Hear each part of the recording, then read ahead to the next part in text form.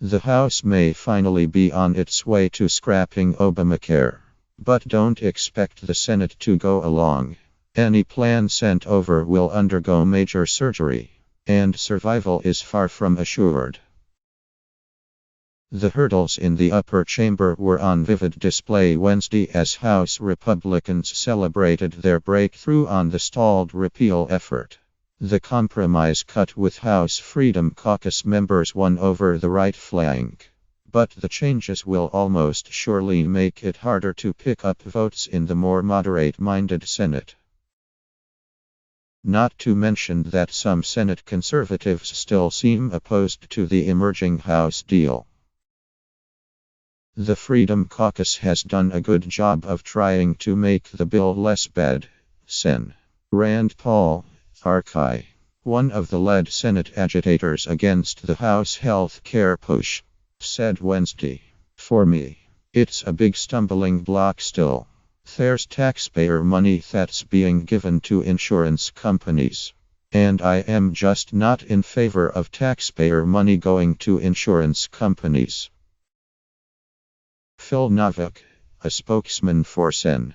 Ted Cruz, also indicated that the conservative Texas firebrand isn't sold, saying significant work remains in the Senate, specifically to address Obamacare's insurance mandates and enact major patient-centered reforms that will further reduce the cost of health care.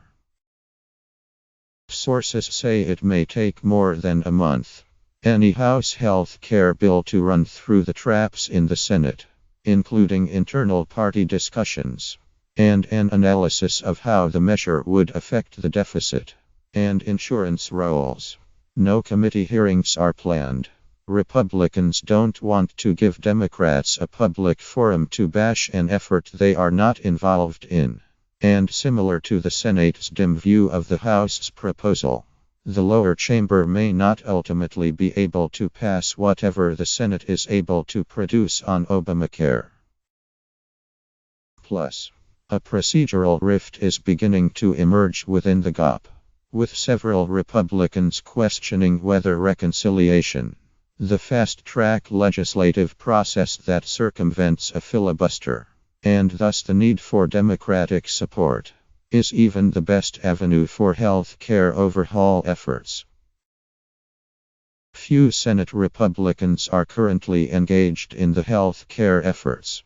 Several GOP senators declined Wednesday to wade into the specifics of the revised plan drafted by Rep. Tom MacArthur, RNJ, and Freedom Caucus Chairman Mark Meadows, RNC, taking pains to note that senators will probably have to rewrite it anyway. It isn't discussed a lot over here, said Sen.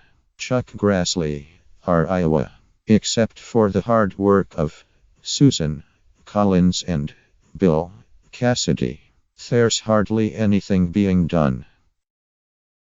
Senate Majority Whip John Cornyn, Texas, the party's chief vote counter, also downplayed any notion the new House version of an Obamacare replacement will sail through the Senate intact. Once they pass a bill, my assumption is the Senate's going to take a look at it but not necessarily be rubber stamping what they're proposing, Cornyn said. So I would anticipate that we'll do what we used to do all the time, which is the House will pass a bill. We'll pass a bill and then we'll reconcile those in a conference committee.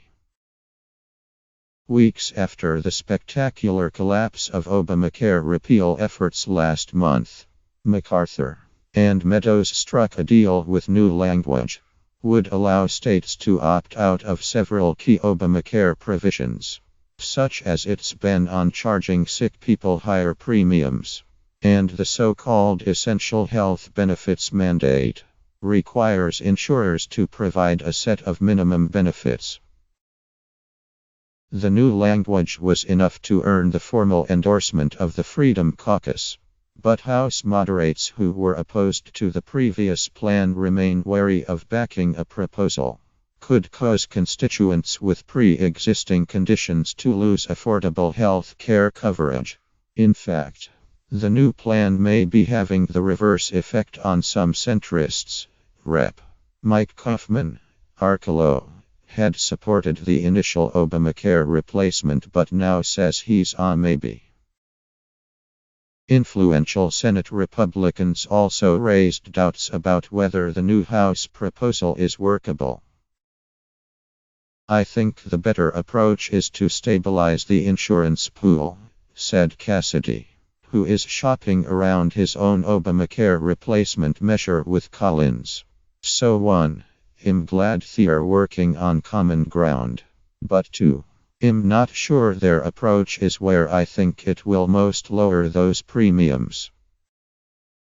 If legislation does manage to clear the House, it's unclear whether it will get official sign-off from the Senate parliamentarian to qualify. The fast-track reconciliation rules.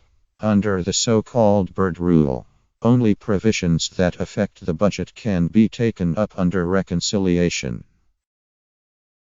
One senior Senate Republican official said Wednesday, "The MacArthur-Meadows language has been reviewed in the Senate, and, for now, we believe it would not be ruled out of bounds for reconciliation."